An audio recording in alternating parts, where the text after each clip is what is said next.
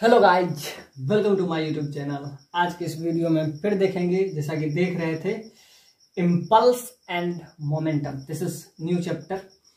और पहले हम देख चुके थे न्यूटन्स लॉ ऑफ मोशन, यानी कि फुल्ली हम मैकेनिक्स पार्ट को हिट कर रहे हैं। Hit the mechanics part. और इसका एक बहुत सा ब्यूटीफुल सा क्वेश्चन है जो कि 2013 में ये क्वेश्चन पूछा है। स्प्रिंग पे बेस्ड क्वेश्चन है। क्वेश्चन कुछ ऐसा है, a particle of mass small m is attached to one end of a massless spring of force constant, that is capital K, laying on a frictionless horizontal plane. Other end of a spring is fixed. The particle starts moving horizontally from its equilibrium position at t is equal to 0 with an initial velocity that is mu naught. When speed of particle is 0.5 mu naught, it collides elastically with a rigid wall. After this collision, और चार option आपको दिए गए हैं कि speed of the particle when it return its equilibrium position is mu naught. The time at which particle passes through equilibrium position for first time is, और t ये आपको दिया हुआ है, टाइम दिया हुआ है। The time at which the maximum compression of the spring occur is, ये दिया हुआ है कि मैक्सिमम कंप्रेशन कब होगा और उसका टाइम बताइए। तो लास्ट पॉइंट में आपसे कह रहा है कि time eight which the particle passes through the equilibrium position. Particle passes through equilibrium position for the second time आपसे कह रहा है कि सेकेंड टाइम जब वो इक्विलिब्रियम पोजीशन को क्या करा, पास करे, तब कितना टाइम लगेगा। फर्स्ट टाइम में आपको ये दिया हुआ है कि फर्स्ट टाइम जब पास करे तो ये, और सेकेंड टाइम में ये, और सी वाला पार्ट कह रहा है कि time eight which maximum compression of the spring occur is T का वैल्यू आपको दिया हुआ है, और इसमें आपको दिया हुआ है speed of the particle when it return it's equilibrium position, that is mu not. तो इसको एक एक करके हम, चार ऑप्शन है, चारों को हम क्या करेंगे, वेरीफाई करेंगे।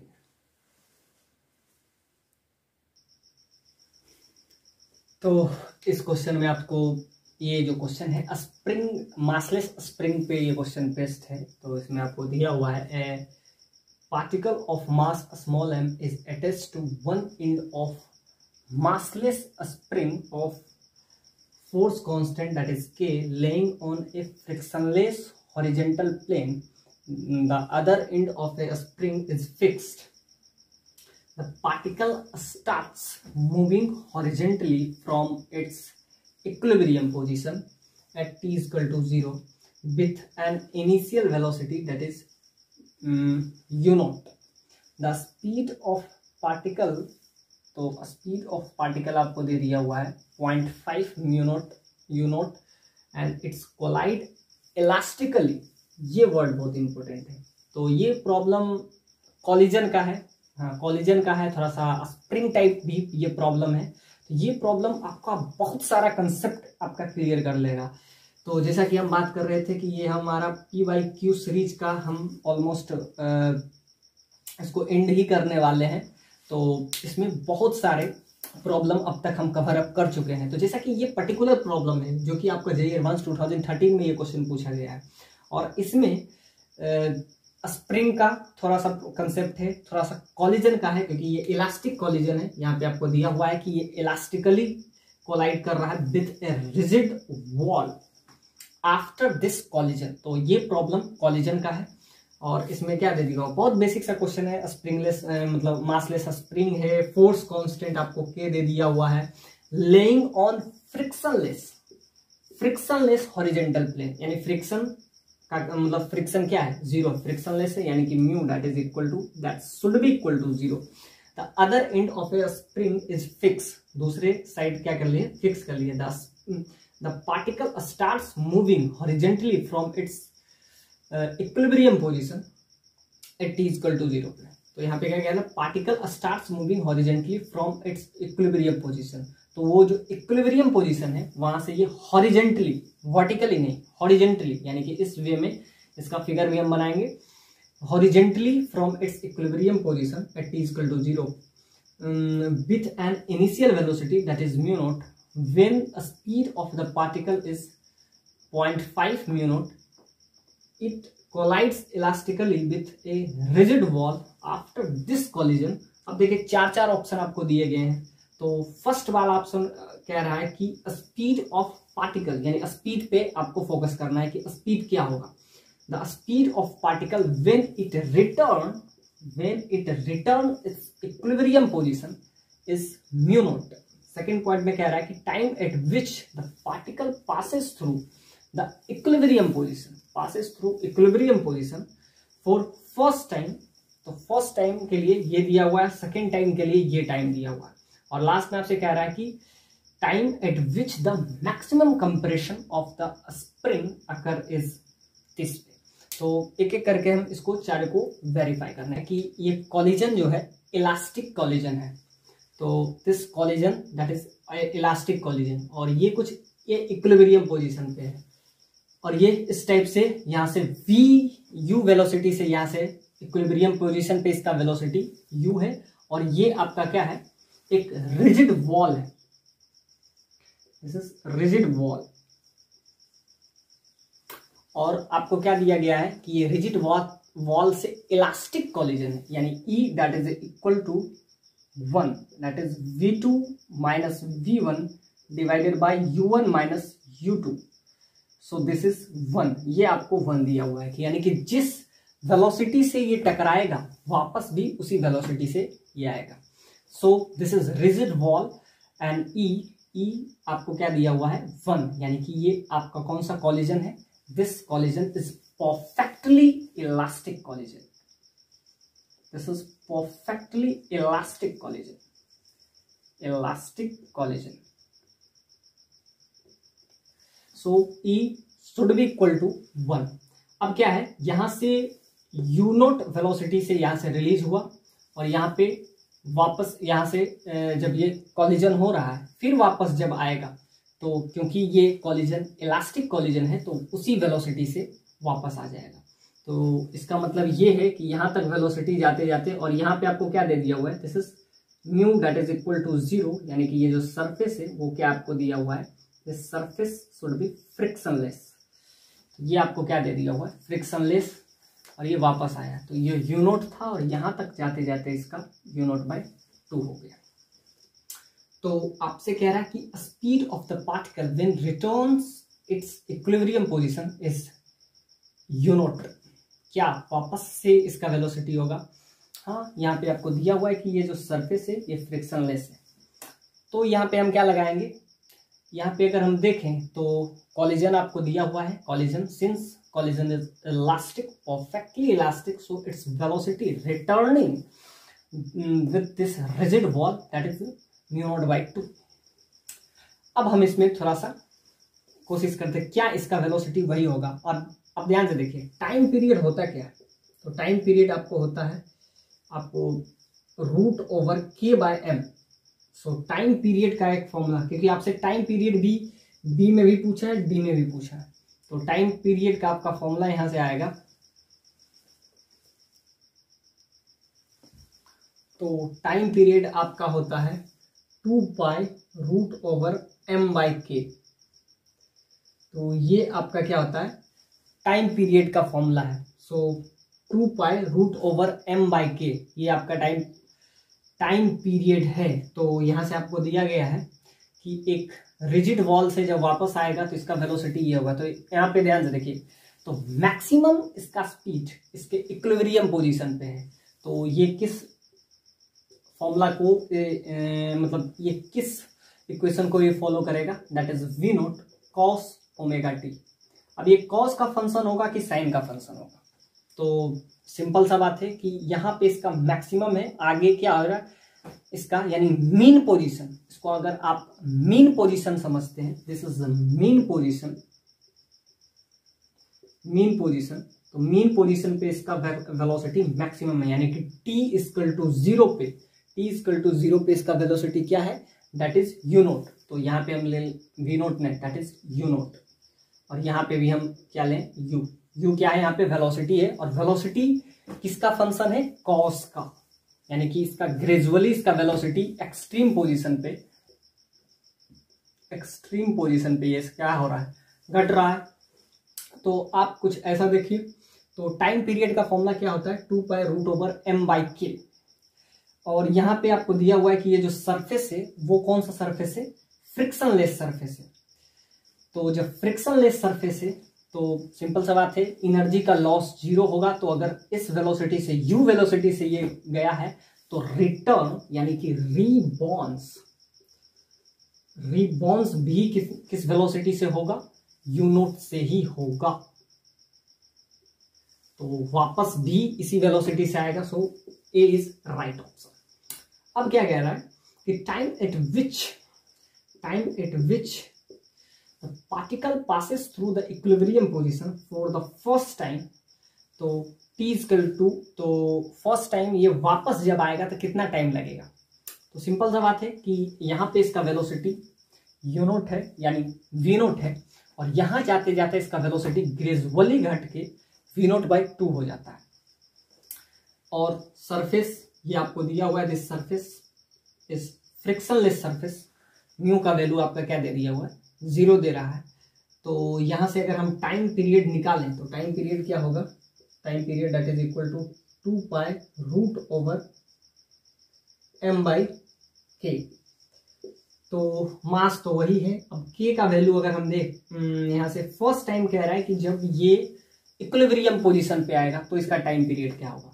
तो क्या है, let's this position is a and this position is b। ये आपका a है, ये b है, तो टाइम पीरियड क्या लगेगा वापस आने में, तो टाइम पीरियड आपका हो जाएगा, तो टोटल टाइम पीरियड तो t_ab, a से b, फिर t_ba, a से b, और फिर वापस से b से a, और तो इसमें आपको कितना टाइम लगेगा, वापस से इक्विलिब्रियम पोजीशन पे अगर आते हैं तो हमें टोटल कितना टाइम लगेगा। तो टाइम पीरियड का फॉर्मूला आपको पता है, बस वैल्यू पुट कर देंगे।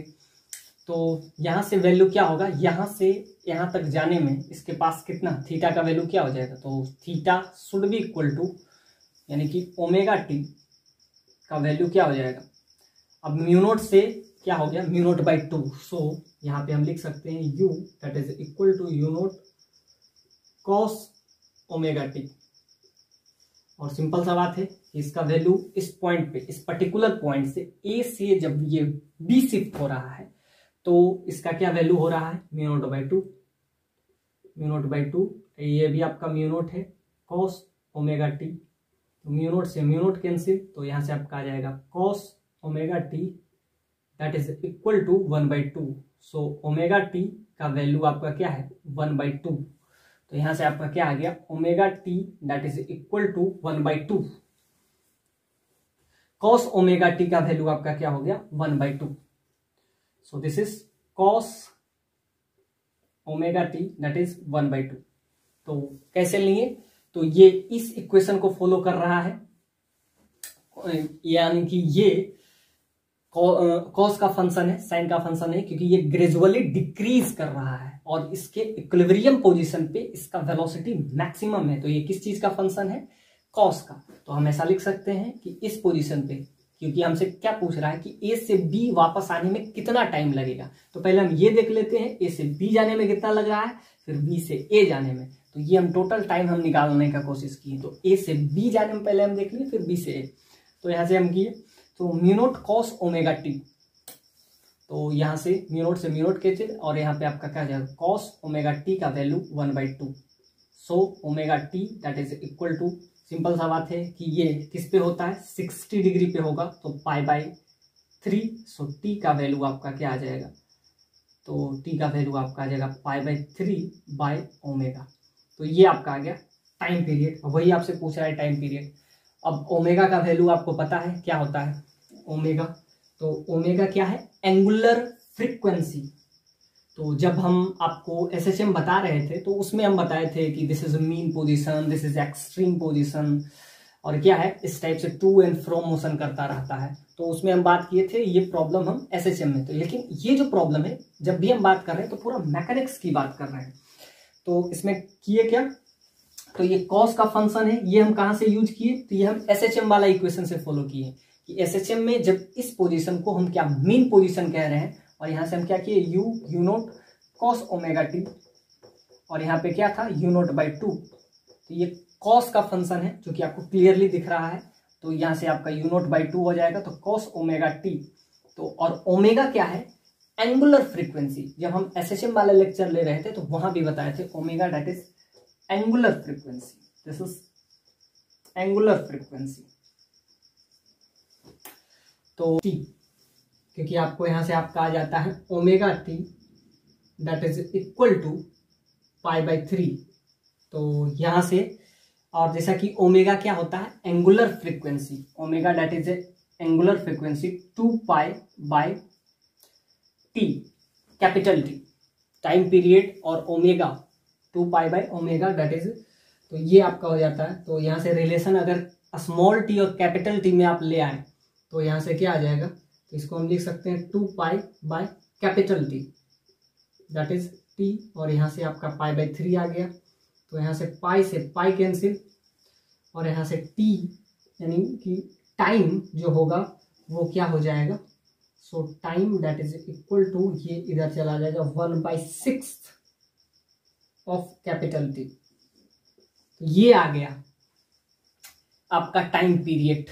जब ए से बी जाने का टाइम पीरियड आपसे अगर पूछे तो ए से बी जाने का टाइम पीरियड आपका क्या आ गया, ये रिलेशन हम यहां से लेके आ गए। अब इस रिलेशन को हम आगे यूज करके अब सारा टाइम पीरियड हम यहीं से निकाल लेंगे, यानी कि ए से बी जाने में इसको कितना टाइम लगेगा। तो कैपिटल टी बाय 6 यानी कि t that is equal to capital t by 6। तो ये रिलेशन हम लेके आ गए। अब ये question it's very very pretty much easy, क्योंकि अब हमें यहां से पता चल गया कि ए से बी जाने में हमको टाइम कितना लगेगा। So T that should be equal to T by 6, और टी क्या होता है, 2 pi root over M by K, और ये हम एसएचएम में बहुत बार यूज भी किए हुआ। बस कॉलिजन का थोड़ा सा कंसेप्ट इसमें यूज किया गया कि it is a perfectly elastic, so if it is collide with velocity that is u naught by 2 and it return with same velocity that is u naught by 2। बस इतना ही use था आपका collision का। बाकी ये पूरा का पूरा क्वेश्चन एसएचएम पे है कि ये मीन पोजीशन, एक्सट्रीम पोजीशन, फिर वापस से कंप्रेस होगा, तो ए से बी जाने में कितना टाइम लगेगा। तो सिंपल सा बात है, ये कोसाइन फॉर्मूला हम यूज किए। तो यहाँ से टी का value omega pi by 3 omega, और ओमेगा के लिए हम क्या यूज कर सकते हैं, 2 पाई बाई टी। टी क्या है यहाँ पे, टाइम पीरियड। किसका टाइम पीरियड, तो ये एक एसएचएम करेगा, तो इस टाइम पीरियड का ये आपका क्या है, ये टी आपका है time period, time period of oscillation.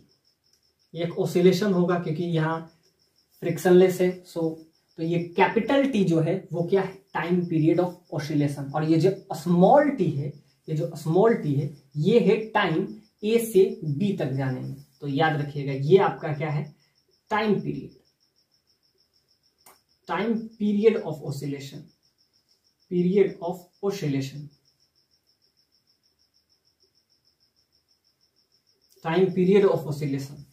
अब ये आपको कुछ ऐसा दिया हुआ है, और ये टाइम है, ये ए से बी तक जाने में जो टाइम लगता है, ए से बी तक जाने में जो टाइम लगा उसको हम स्मॉल डी से डिनोट किए, ये जो कैपिटल टी है। तो बस यही क्वेश्चन, ये बहुत बेसिक सा क्वेश्चन था। अब इसको एक एक करके आप सॉल्व कर लीजिए। हो गया, टाइम पीरियड आ गया। टाइम पीरियड होता क्या है, तो टाइम पीरियड होता है 2 pi root over M by k, 2 pi root over M by k. तो बस यहाँ पे पुट कर देते हैं, तो टाइम तो बाई 6 इसका कर देते हैं, तो ये आपका क्या हो जाएगा, यही टाइम लगेगा ए से बी तक जाने में। वही आपसे पूछ रहा है और कह रहा है कि वापस से इक्विलिब्रियम पोजीशन पे। तो ये आपका पाई से पाई कैंसिल, तो ये आपका 3 हो जाएगा। अब ध्यान से देखिए, आपसे पूछ क्या रहा है कि वापस से ये जब इक्विलिब्रियम पोजीशन पे आएगा तो इसके पास मतलब कितना टाइम लगेगा। तो ए से बी जाएगा, फिर बी से ए आएगा, तो टाइम तो सेम ही लगेगा। तो 2 टाइम्स इसका हो जाएगा, यानी कि ये जो आया π/6 इसका 2 टाइम्स, तो इसका 2 टाइम्स आ जाएगा, यानी कि आपका वैल्यू जो आ जाएगा कि कितना टाइम लगेगा।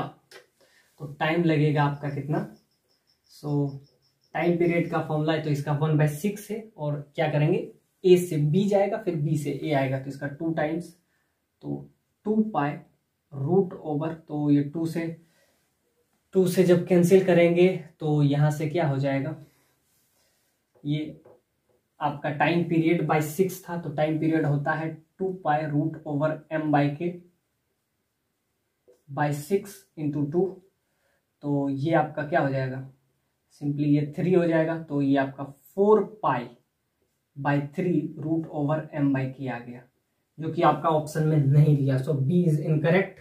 अब क्या कह रहा है कि मैक्सिमम कंप्रेशन में कितना टाइम लगेगा, तो अब आपके लिए टाइम निकालना आसान है। तो ए से बी जाने में जितना टाइम लगेगा वही time as same time which is in this, क्योंकि म्यू का तो वैल्यू है ही नहीं, ये वापस जाएगा, फिर वापस से उस टाइप से ऑसिलेट करेगा। तो ए से बी जाने में जितना टाइम लगेगा उतना ही टाइम ए से सी जाने में भी लगेगा। तो वही कह रहा है कि मैक्सिमम कंप्रेशन जब होगा, मैक्सिमम कंप्रेशन, तो कितना टाइम लगेगा, स्प्रिंग अकर्स द टाइम। तो इसका टाइम अगर हम निकालें तो कितना होगा, मैक्सिमम कंप्रेशन, तो मैक्सिमम कंप्रेशन में ये इस टाइप से टाइम लगाएगा, तो यहां से आपको दिया हुआ है time eight which the maximum compression occur is, तो यहां से आपका क्या आ जाएगा वैल्यू, तो मैक्सिमम, तो ए से बी, बी से ए जाने में इतना टाइम लगेगा। तो ऐसा अगर हम होगा तो कितना टाइम लगेगा, तो ए से बी जाएगा तब क्या हो रहा है, तब हो रहा है इलोंगेशन, तब इलोंगेशन हो रहा है। ए से बी जाएगा, फिर वापस से बी से ए आएगा, फिर कंप्रेशन होगा। तो यही आपसे पूछ रहा है कि सेकंड वाले में कि कंप्रेशन जब होगा तो कितना टाइम लगेगा। तो अब हम उसका टाइम निकाल लेंगे, तो क्या होगा, तो टोटल टाइम फॉर कंप्रेशन, तो इसके लिए हम क्या यूज करेंगे, TAB plus TBA plus TAC, तीनों को ऐड करेंगे, AB plus BC plus TA। तो AB के लिए हमारा टाइम कितना आया था, तो AB के लिए तो हमारा आ गया था T/6, तो AB के लिए जितना होगा उतना ही BA के लिए भी होगा। तो यहां पे हम लिख सकते हैं 2π√m/k, 2π√m/k डिवाइडेड बाय कितना 6। तो इतना टाइम ए से बी जाने में लगता है, ए से बी जाने में इतने लगता है कितना, T, कैपिटल T/6, तो कैपिटल T क्या होता है 2π/m/k, तो ये इतना ही टाइम लगेगा बी से ए आने में भी। सो 2π√m/k/6, तो ये भी ऐसे ही है। अब प्लस AC का अगर हम यूज करें ए से सी जाने के लिए, तो उसके लिए हम क्या यूज करेंगे, उसके लिए भी हम यही यूज करेंगे। तो 2π√m/k, उसमें भी उतना ही टाइम लगेगा, तो बाई 6, तो तीनों को ऐड कर देंगे तो क्या हो जाएगा, तो ऐसा आप देखिए, तो ये आपका π/3 आ गया, और √m/k इसका कितना है, इसका 3 टाइम्स, तो इसका 3 टाइम्स कर लेंगे। सो 3 से 3 कैंसिल, π√m/k आपका आ जाएगा।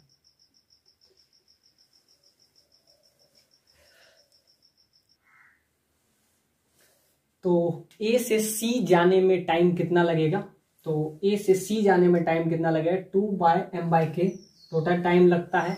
और इधर तो कॉलिजन होता है, इधर तो कॉलिजन वाला कंसेप्ट नहीं लगेगा, तो बाय इसका 4 टाइम्स हो जाएगा।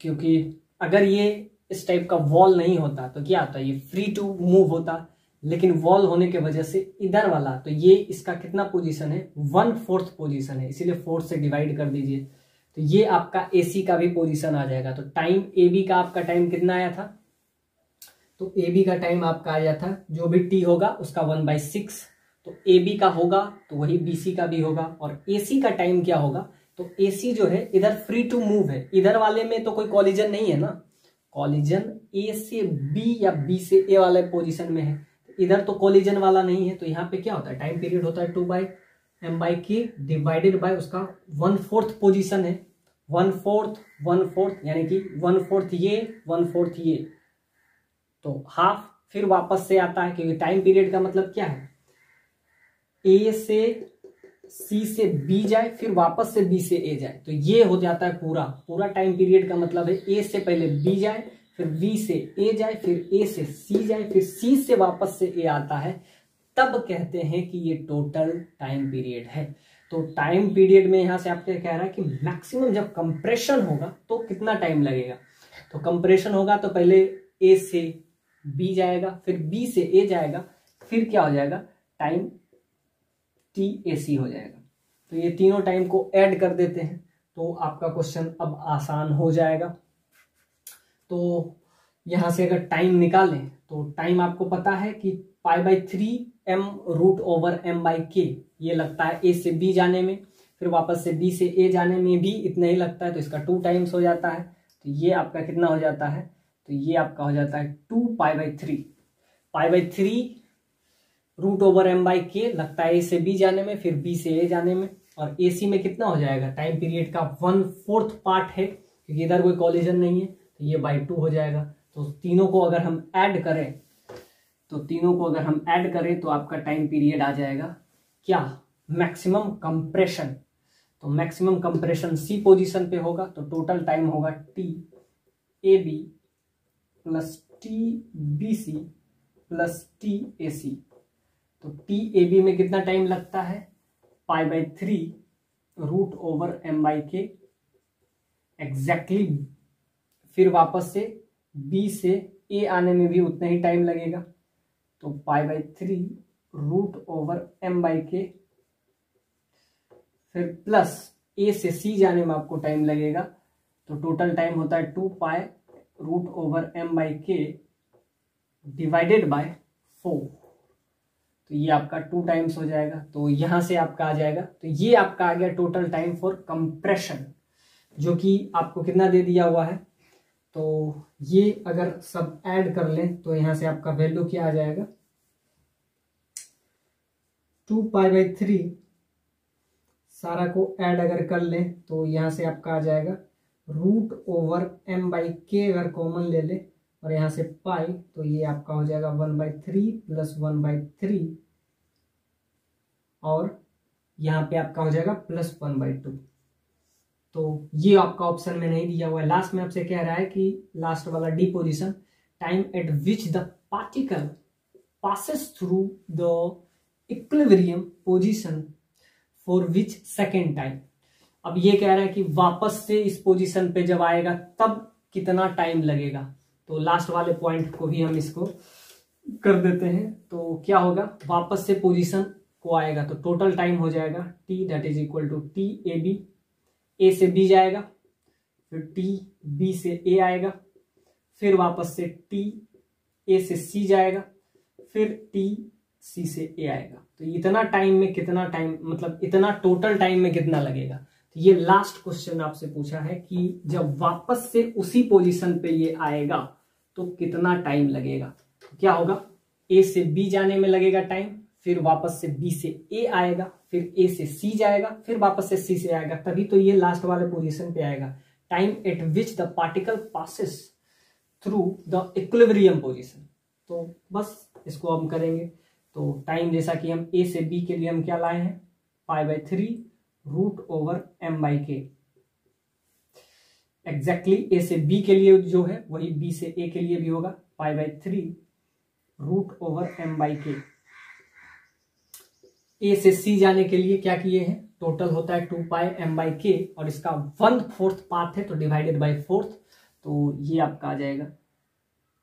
तो यहां से आपका क्या आ जाता है, ये π/2√m/k, क्योंकि इसका 1/4 टाइम है, टोटल टाइम पीरियड होता है 2π√m/k, इसका डिवाइडेड बाय 4। क्यों 4, इधर वाले में 2, इधर वाले में 6 से डिवाइड किए थे, इधर वाले में 4 से क्यों डिवाइड कर रहे हैं? क्योंकि इधर वाले में कोई कॉलिजन नहीं हो रहा है और सिंपली ये क्या हो रहा है, नेचुरल लेंथ है, तो ये नेचुरल कंप्रेस कर रहा है यू। अब ऐसा सोचिए कि इस वाले पोजीशन पे ए से सी वाले पोजीशन में आप ऐसा सोच सकते हैं, तो पोजीशन ए से सी वाले में कि आप क्या किए, यू वेलोसिटी से अंदर किसी को कंप्रेस किए, तो कितना टाइम लगता है? तो लगता है, तो अब टाइम पीरियड होता है 2π√m/k। तो कोई भी स्प्रिंग को आप अगर यू वेलोसिटी से कंप्रेस किए हैं तो कितना टाइम लगता है उसको कंप्रेशन करने में? तो 2π√m/k, तो इसका 1/4 टाइम है, तो डिवाइडेड बाय 4, तो ये आपका आ गया एग्जैक्टली। सी से ए जाने में भी इतना ही लगेगा, ए से सी जाने में जितना लगता है उतना ही टाइम सी से ए जाने में भी लगेगा, तो π/2√m/k। तो ये π/2 कहां से आया? तो सिंपल सा बात है, बाय 4 से डिवाइड कर दिए तो 2 से 2 कैंसिल, तो ये π/2 हो गया √m/k। अब सारा को ऐड कर लीजिएगा तो ये आपका डी ऑप्शन नहीं आता है। सो ए एंड होपफुली इसका सिर्फ ए आया और लास्ट में होपफुली ये डी भी आ जाता है। इसको हम अगर ऐड करें तो √m/k जो कि कॉमन आपका आ जाएगा, और पाई इसको अगर हम 1/3 प्लस 1/3 प्लस 1/2 प्लस 1/2, तो इसको अगर ऐड कर ले तो ये आपका 6 आपका एलसीएम हो जाएगा, और ये आपका क्या हो जाएगा 2 + 2 दैट इज 4, और ये आपका 3 + 3 दैट इज 6, तो ये आपका क्या हो जाएगा 10/6 दैट इज 5/3। तो 5/3 जो कि आपको दिया हुआ है 5π/3 √m/k। So D is right option. तो इसका ए और डी जो कि इसका राइट ऑप्शन आपका आ गया, डी भी आ गया, यानी कि टोटल टाइम कितना लगेगा। तो ये आपका जो लास्ट वाला पार्ट है ये सारा क्वेश्चन का कोर है कि एक स्प्रिंग को क्या करें, यू वेलोसिटी से कंप्रेस करें तो उसको कितना टाइम लगता है। तो एसी टाइम लगा, यानी कि जितना टाइम लगना चाहिए उससे क्या 1/4 2πm/k। और इधर वाले पार्ट में हम क्या यूज किए, दूसरा कंसेप्ट, यानी कि हाफ वाले ए से बी के लिए अलग कंसेप्ट और ए से सी के लिए हम अलग कंसेप्ट, यानी दोनों के लिए अलग अलग कंसेप्ट यूज किए। तो एक में आपका आ गया π/3 √m/k और एक में क्या आ गया π/2 √m/k। तो एक जो आ गया t that is equal to T/6, और इसमें क्या आ गया एक t, इसके लिए हम क्या लिख सकते हैं t AC के लिए T/4, क्योंकि ये 1/4 है, ये नेचुरल चीज हो रहा है, किसी कंप्रेस करेंगे तो कितना लगेगा तो 2π/m/k, लेकिन ये इसका 1/4 है पार्ट, क्योंकि टोटल तो टाइम पीरियड ये नहीं है, तो डिवाइडेड बाय 4 किए। तो ये आपका नेचुरल था, तो AB के लिए अलग प्रोसेस, AC के लिए अलग process.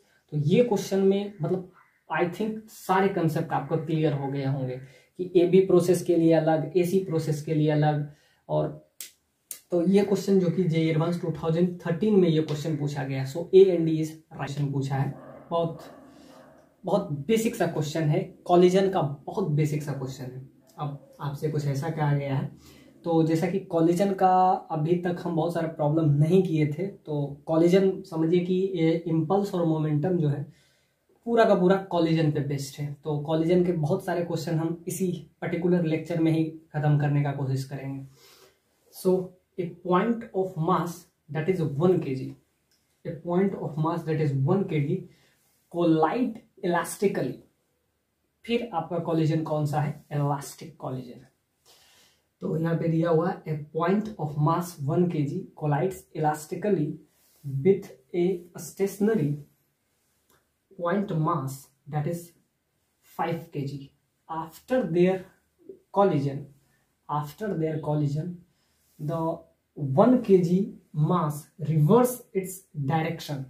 1 kg mass reverse its direction and move with the speed that is 2 meter per second.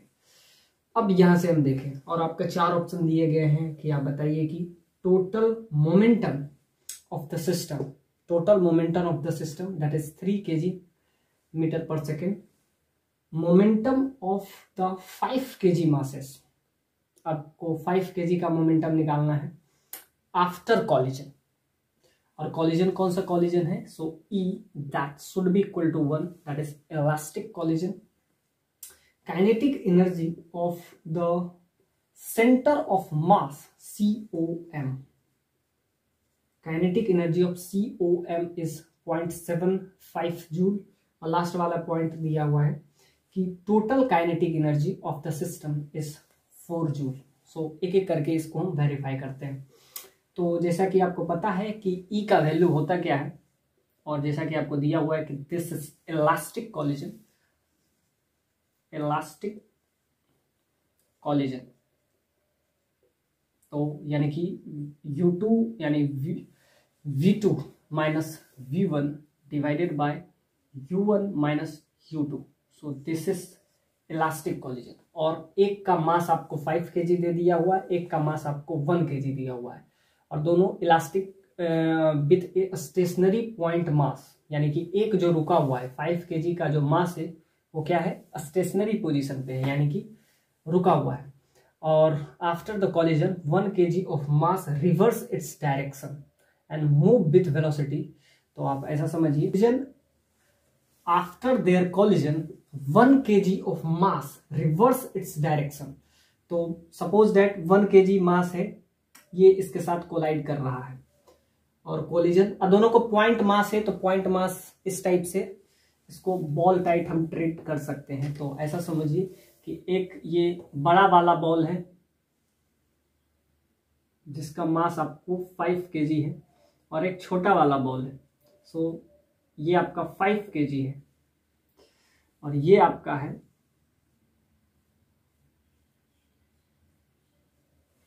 ये 5 kg है, और ये आपका है जो कि आपको इतना दिया हुआ है 1 kg, 1 kg मास। और ये आपस में क्या कर रहा है? कॉलिजन कर रहा है। और कॉलिजन कौन सा कॉलिजन है? कॉलिजन आपको दिया हुआ है, दिस इज इलास्टिक कॉलिजन। अब ध्यान से देखिए, सपोज दैट इसका इनिशियल वेलोसिटी U1 है, इसका इनिशियल वेलोसिटी U2 है, तो इसका U1 है, और आफ्टर कॉलिजन कहीं कोलाइड करेगा, फिर ये वापस से पहले इस डायरेक्शन में जा रहा है, कॉलिजन हो रहा है, और कॉलिजन हेड ऑन कॉलिजन हो रहा है। ध्यान से देखिए, कॉलिजन दो टाइप का होता है, एक हेड ऑन कॉलिजन, दूसरा ऑब्लिक कॉलिजन। तो ये कौन सा कॉलिजन है? हेड ऑन कॉलिजन है। आपस में टकराएगा, और टकराएगा तो उसके बाद ये वापस भी आएंगे। तो वापस जब आएंगे तो सपोज दैट इसका velocity after collision it's had its velocity that is V1। अब ये इधर जाएगा कॉलिजन के बाद, after collision, that is V2।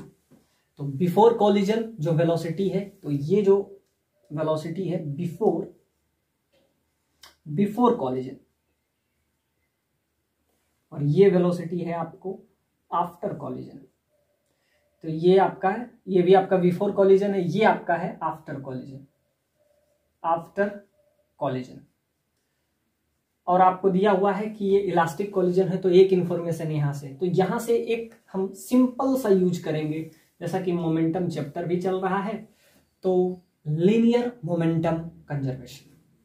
तो यहां पे हम क्या यूज करेंगे? Linear momentum conservation, linear momentum conservation. तो इसमें हम सिंपल सा लीनियर मोमेंटम कंजर्वेशन यूज करेंगे, यानी कि m1 v1 that is equal to m2 v2, यानी कि जो इनिशियल इसके पास, जिसके पास भी वेलोसिटी है, तो इनिशियल किसके पास वेलोसिटी है?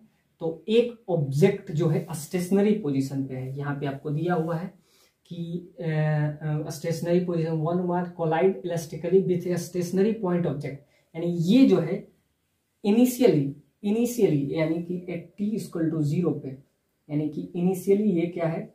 रुका हुआ है। इनिशियली ये एट t इक्वल टू 0 पे ये रुका हुआ है, और ये कॉलिजन हुआ, और आफ्टर कॉलिजन जो 1 kg है उसका वेलोसिटी चेंज कर गया, और डायरेक्शन भी चेंज कर रहा है, रिवर्सेस इस डायरेक्शन। तो ये बहुत बेसिक सा क्वेश्चन है, रिवर्स डायरेक्शन किया, और उसका स्पीड कितना हो गया?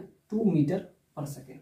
तो यहां से अगर हम इसको सिंप्लीफाई अगर करें, तो कंजर्वेशन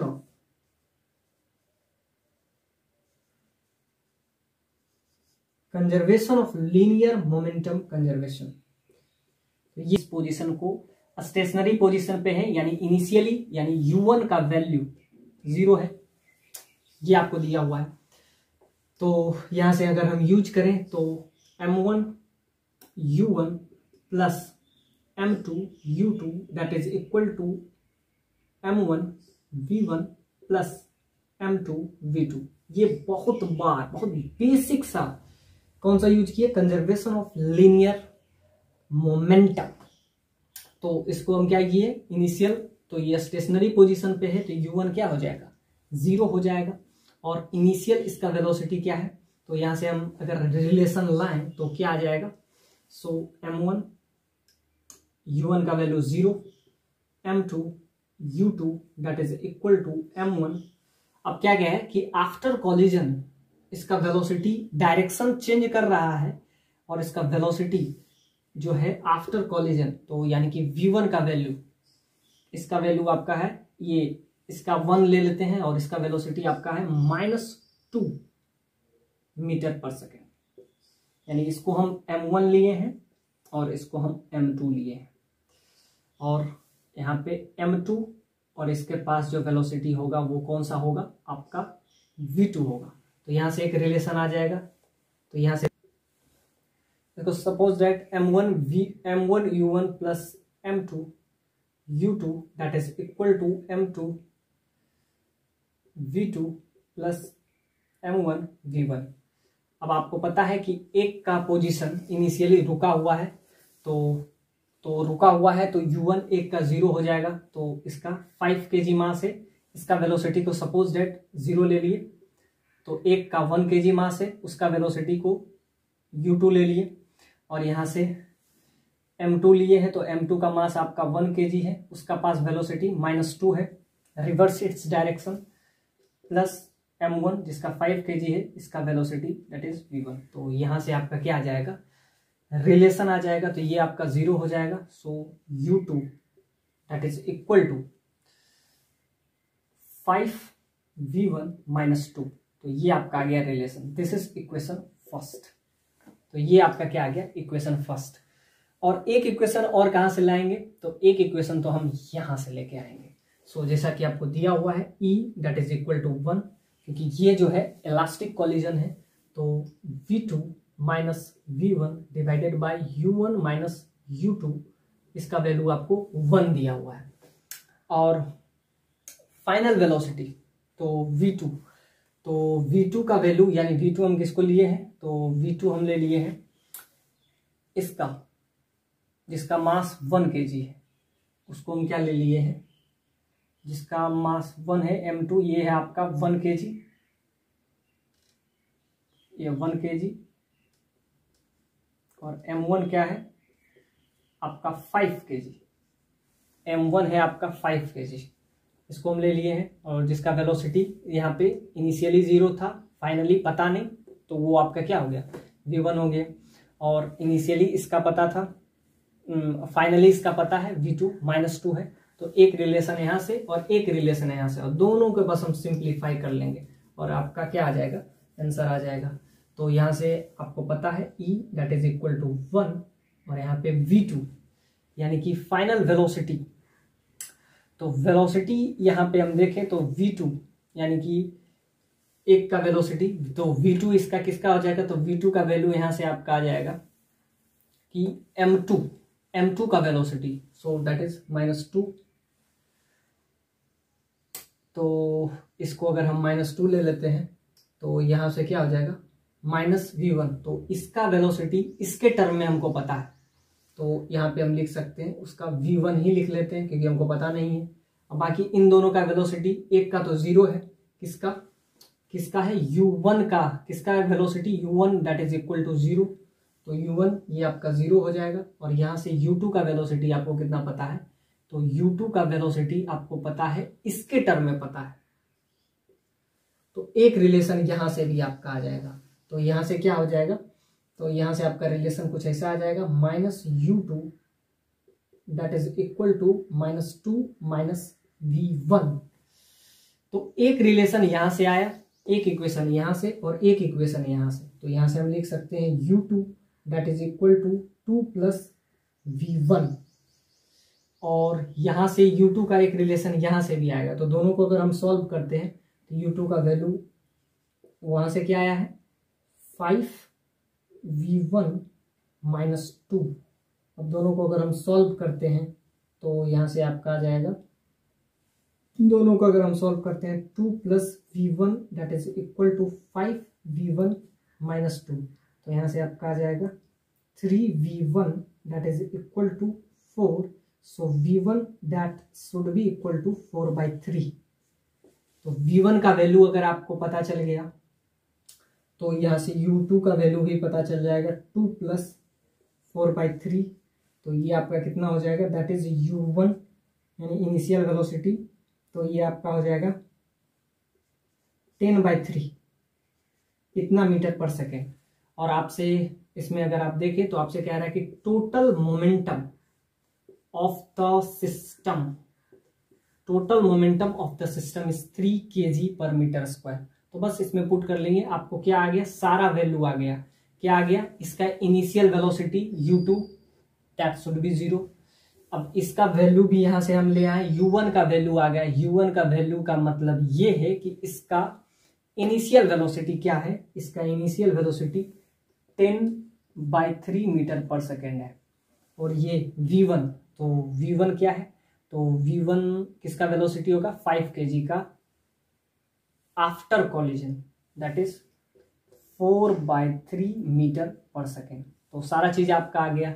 अब कह रहा है कि सिस्टम, तो सिस्टम इन दोनों के वजह से हो जाएगा, और वो भी कह रहा है कि मोमेंटम ऑफ द सिस्टम क्या हो जाएगा, तो m1v1 + m2v2, तो दोनों तो आपस में बराबर है। तो एक का वैल्यू आपका 5 kg है, उसका इनिशियल वेलोसिटी 0 है।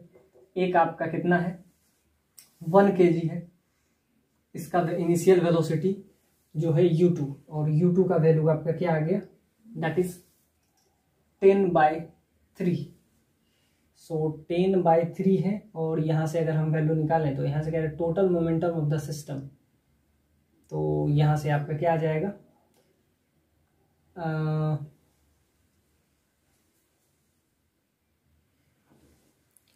तो इसको सॉल्व कीजिएगा और आपका क्या आ जाएगा वैल्यू, तो इसका वैल्यू 3 आ जाता है, u1 का वैल्यू 3 आ जाता है। सो u1 5 kg का वेलोसिटी, हाँ, तो ये इसका आपका आ जाएगा 3 मीटर/सेकेंड।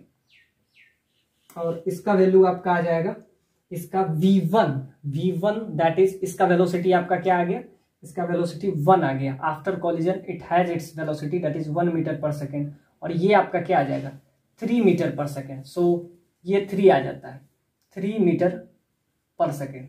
तो इसका सिस्टम का आपसे कह रहा है कि आप बताइए पूरा सिस्टम का मोमेंटम क्या होगा, तो मोमेंटम ये 0 हो जाएगा, और ये आपका क्या हो जाएगा 3 kg/मीटर। सो ए इज राइट ऑप्शन। और कह रहा है कि kinetic energy of COM, centre of मास, तो सेंटर ऑफ मास के लिए हमको क्या लेना पड़ेगा, तो इसका सेंटर ऑफ मास, तो इसमें हम क्या लेंगे COM की जब बात करें, और आपसे कह रहा है कि momentum of the mass after collision, तो इसका वेलोसिटी आपको पता चल गया, यानी कि कॉलिजन के बाद इसका वेलोसिटी क्या होगा, यानी कि 5 kg का आपका क्या आ गया 1 मीटर/सेकेंड।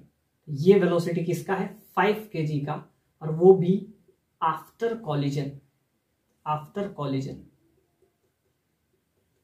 और ये आपका क्या आ गया 3 आ गया, 3 मीटर/सेकेंड। ये आपका किसका आ गया 1 kg मास का वेलोसिटी, और ये आपको क्या है बिफोर कॉलिजन।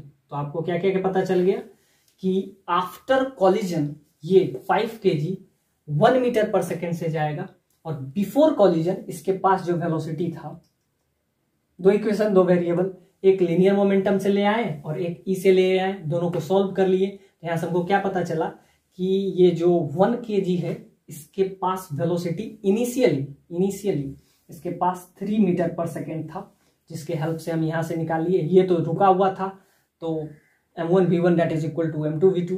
तो आपसे पहला वाला क्वेश्चन तो बहुत सिंपल है, इसका 0 हो जाएगा और इसका 3 kg, so 1 is right option. तो पहला तो ऐसे ही आ गया।